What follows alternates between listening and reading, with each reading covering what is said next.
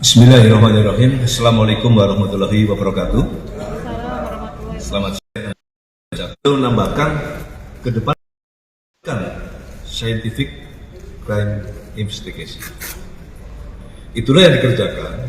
Oleh karena itu, penyidik dan tim sus ini bekerja maraton, terutama kepada 4 selaku JPU, jaksa penuntut umum. Selesai rilis ini. Selanjutnya rekan-rekan sekalian, yang sudah melaksanakan patsus, yang sudah tempatan khusus sebanyak 18, tapi berkurang 3, yaitu 1 FS karena sudah jadi tersangka, RR juga sudah jadi tersangka, dan RE karena sudah menjadi tersangka. Kemudian rekan-rekan sekalian, dari personil yang sudah dipatsuskan ini ada 15 orang, penyidik melakukan pemeriksaan mendalam, maka terdapat 6 orang dari hasil pemeriksaan yang patut diduga melakukan tindak pidana, yaitu obstruction of justice, menghalangi penyidikan. Oleh karena itu, dalam waktu dekat, saya ulangi namanya, tentu 1 FS, kedua BJP HK, yang ketiga KPP ANP, yang keempat AKBP AR, yang kelima Kompol BW, dan yang keenam Kompol CP. Kalau untuk FS tentu sudah. Nah, yang kelima yang sudah dipatsuskan ini dalam waktu dekat juga akan kita limpahkan ke penyidik. Nanti secara teknis saya kira penyidik akan menjelaskan prasangka pasalnya, saya kira nanti teknisnya. Oleh karena itu nanti akan dilakukan ditingkatkan penyidikan lebih lanjut, nanti akan dijelaskan oleh Bareskrim. Rekan-rekan sekalian, penyidik juga telah melaksanakan pemeriksaan mendalam dengan scientific crime investigation, termasuk dengan alat bukti yang ada, dan sudah dilakukan gelar perkara. Maka penyidik telah menetapkan saudari PC sebagai tersangka. Nah, nanti untuk prasangka pasalnya nanti dari penyidik yang akan menjelaskan. Selanjutnya rekan sekalian, penyidik juga akan terus melakukan gabungan. Kemudian rekan-rekan juga mendengar ada 2 laporan polisi yang sudah dihentikan oleh Bareskrim. Maka sudah menjadi tanggung jawab tim sus gabungan yang terdiri dari Itwasum, Kabareskrim dan Propam akan melaksanakan audit investigasi terhadap 2 laporan polisi yang diterbitkan oleh Polres Jakarta Selatan. Ini sedang berjalan. Nah, tentu hasilnya tadi berikutnya. Tapi intinya dengan telah dihentikan 2 elemen tersebut, kita akan lakukan pendalaman melalui audit investigasi. Inilah poin-poin yang dapat saya sampaikan. Tentunya ke depan tim sus terus akan melakukan pemeriksaan terhadap anggota-anggota yang memang waktu diduga terlibat dalam kasus pembunuhan berencana terhadap almarhum Brigadir J. Kami dari tim sus dan Bapak Kapolri menyampaikan ucapan terima kasih kepada tentunya Komnas HAM dan Kompolnas yang memang terus melakukan pengawalan dan pengawasan dalam proses penanganan kasus ini. Kami juga mengucap terima kasih pada rekan media dan masyarakat Indonesia yang memberikan support dan dukungan kepada kita sekalian, sehingga kita bisa mempermudah pengungkapannya secara terang benderang dan transparan. Saya kira itu poin-poin dari saya, selebihnya nanti dari Bareskrim akan menjelaskan. Sekian, terima kasih. Assalamualaikum warahmatullahi wabarakatuh.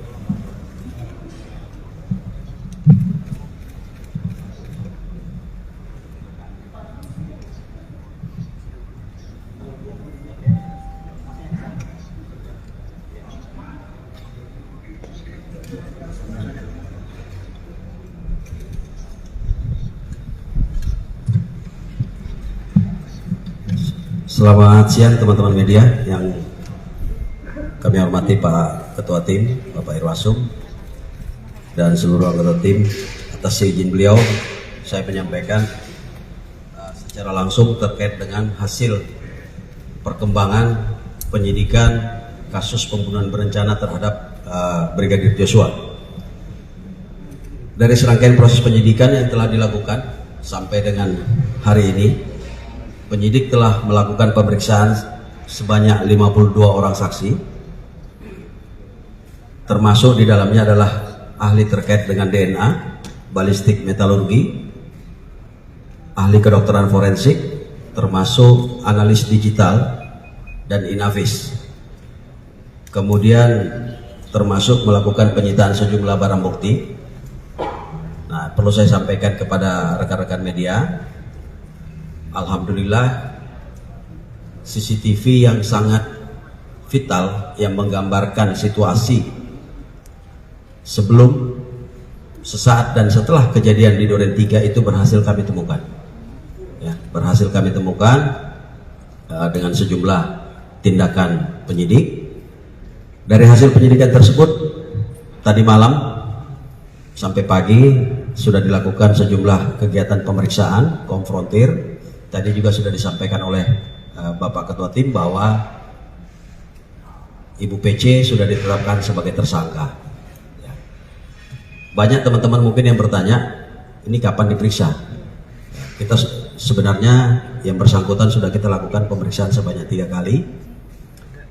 Seyogyanya juga kemarin harusnya yang bersangkutan kita periksa, tetapi kemudian muncul surat sakit dari kedokteran, dari dokter yang bersangkutan, dan meminta untuk istirahat selama 7 hari.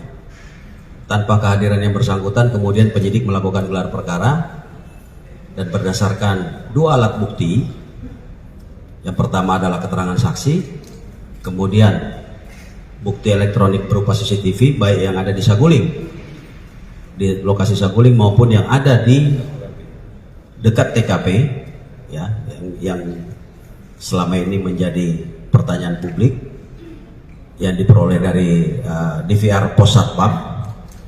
Inilah yang menjadi bagian daripada circumstantial evidence atau barang bukti tidak langsung yang menjadi petunjuk bahwa PC ada di lokasi sejak di Saguling sampai dengan di Duren 3 dan melakukan kegiatan-kegiatan yang menjadi bagian daripada perencanaan pembunuhan terhadap Brigadir Joshua. Selanjutnya juga pada kesempatan hari ini kami sampaikan kepada rekan-rekan media bahwa 4 berkas perkara tersangka sebelumnya, yaitu Saudara FS, Saudara RR, Saudara RE, dan Saudara KM, hari ini akan kita laksanakan pelimpahan ke kejaksaan atau tahap 1 untuk kemudian nanti akan dipelajari oleh teman-teman jaksa penuntut umum. Saya kira demikian yang bisa saya sampaikan. Demikian Pak Irwasum.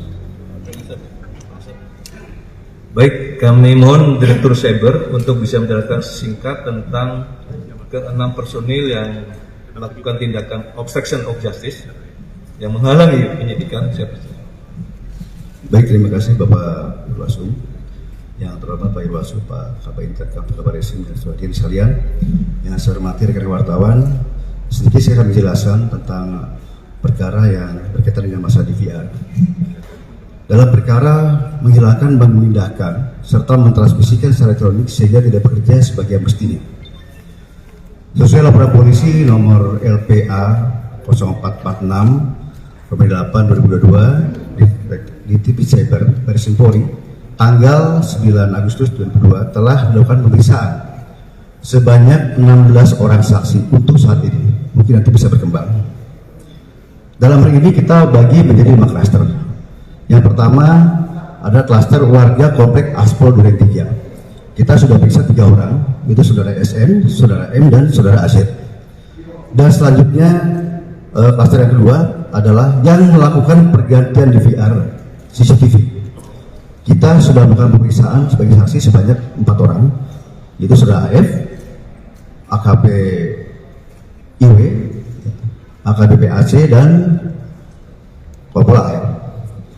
Dan klaster yang 3 adalah melakukan pemindahan, transmisi, dan melakukan perusakan. yaitu ada 3 orang sebagai pemeriksaan. Yang pertama Kompol PW, Kompol CP, dan AKBP AR. Dan yang keempat, klaster keempat adalah yang menyuruh melakukan, baik itu memindahkan dan perbuatan lainnya, yaitu Irjen FS, BCP HK, dan juga KBP AN. Dan klaster yang kelima perlu saya sampaikan adalah ada 4 yang terpisah. Yang pertama AKP DA, AKP RS, AKBP RRS, dan BIPKA DR.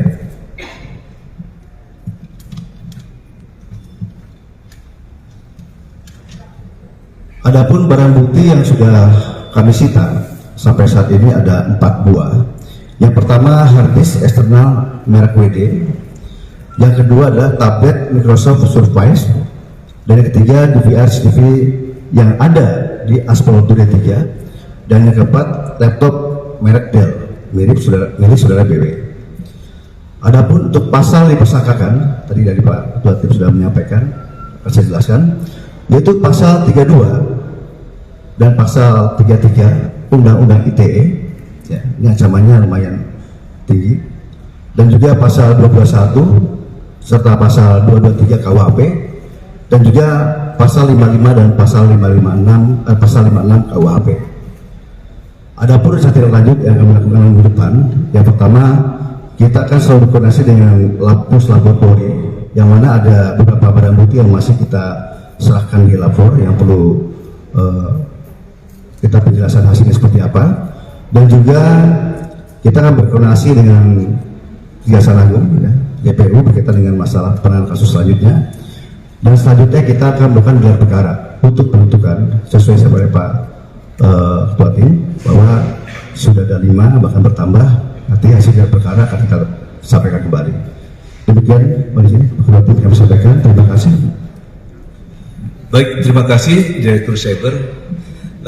Rekan-rekan media sekalian, saya kira itu yang dapat kami informasikan.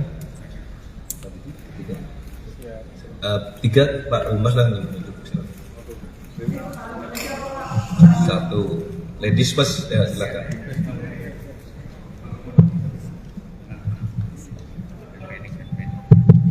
Assalamualaikum Pak, saya Laili dari kantor berita Antara.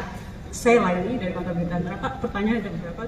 Pertama untuk Pak Irwasum terkait Ferdi Sambo sesuai dengan Perpol 7 nomor 22 itu kan statusnya apakah sudah di PPDH kan atau bagaimana? Yang kedua tentang PC Pak, Ibu PC sudah ditetapkan sebagai tersangka. Dia akan ditahan atau tidak? Kalau ditahan apa pertimbangannya? Kalau tidak apa pertimbangannya? Mungkin itu dulu Pak. Terima kasih. Langsung saya dijawab ya. Baik. Tadi Pak Andi sudah menyampaikan turut serta pasal PPDH. Jadi pasal yang kami persangkakan terhadap saudari PC itu adalah pasal 30, pasal 340, subsidiar 338, junto pasal 55, junto pasal 56 KUHP. Sudah dijawab Pak ya? Baik, yang berkaitan dengan Perpol tadi yang dari Antara Pak ya? Iya Pak. Ya. Tadi Propam sudah melaporkan bahwa ini masih dalam proses pemberkasan.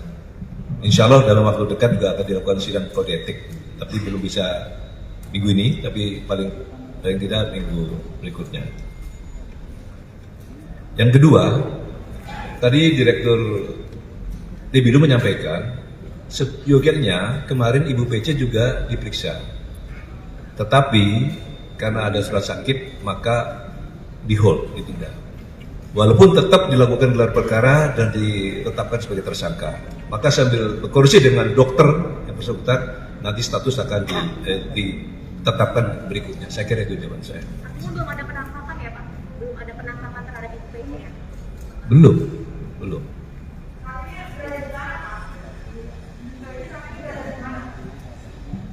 Di kediaman, di rumah.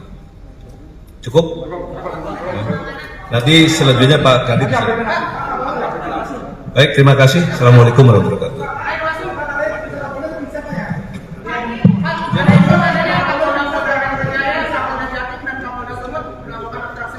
Nanti Pak Denny jawab.